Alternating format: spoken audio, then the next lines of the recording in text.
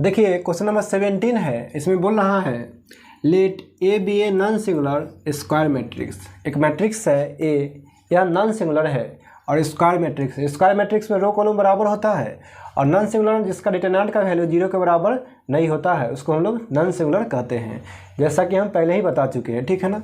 तो यह जो मैट्रिक्स है ए, यह नॉन सिंगुलर स्क्वायर मैट्रिक्स है और इसका ऑर्डर जो है ना कि 3/3 है। हम पहले ही बता चुके हैं, चूँकि स्क्वायर मैट्रिक्स है तो इसका रो कॉलम बराबर ही होगा, तो यहाँ ऑर्डर 3/3 है, यानी रो भी 3 गो है, कॉलम भी 3 गो है।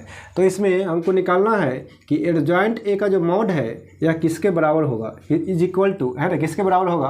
और इसमें 4 ऑप्शन दिया हुआ है। पहला है डिटरमिनेंट ए, दूसरा में है डिटरमिनेंट ए का स्क्वायर, तीसरा में डिटरमिनेंट ए का क्यूब, चौथा है 3 इंटू डिटरमिनेंट ए, है ना।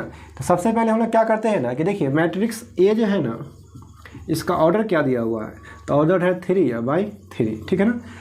और जैसा कि एक हम लोग फार्मूला जानते हैं, फार्मूला में क्या होता है ना कि कोई मैट्रिक्स का ऑर्डर m/n है, यह मैट्रिक्स ए है स्क्वायर मैट्रिक्स। अगर इसमें हमको एडजॉइंट ए का मॉड निकालना है तो यह होता है मॉड ए के पावर में होता है -1। देखिए मॉड ए बोल रहे हैं लेकिन यह है डिटरमिनेंट ए ही, है ना। बोलने में मॉड ए बोला जाता है लेकिन डिटरमिनेंट ए ही है ना।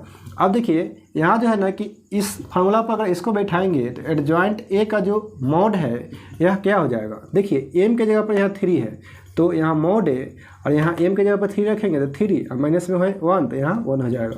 तो मॉड ए 3 में से 1 माइनस होगा तो 2 हो जाएगा, तो यहाँ मॉड ए का स्क्वायर हो गया, यानी ऑप्शन नंबर बी जो है ना ये आपका सही है, वही आपका आंसर हो जाएगा, ठीक है ना। If A is an invertible matrix, जिसका इन्वर्स निकल जाएगा उसको इन्वर्टिबल बोलते हैं ना। ऑफ ऑर्डर 2, ऑर्डर 2 मतलब इस रो भी 2 होगा और कॉलम भी 2 होगा। तो इसमें जो है ना कि determinant A inverse is equal to, इसमें 4 ऑप्शन है। बोल रहा है कि डिटरमिनेंट ए इन्वर्स जो है कि किसके इक्वल होगा।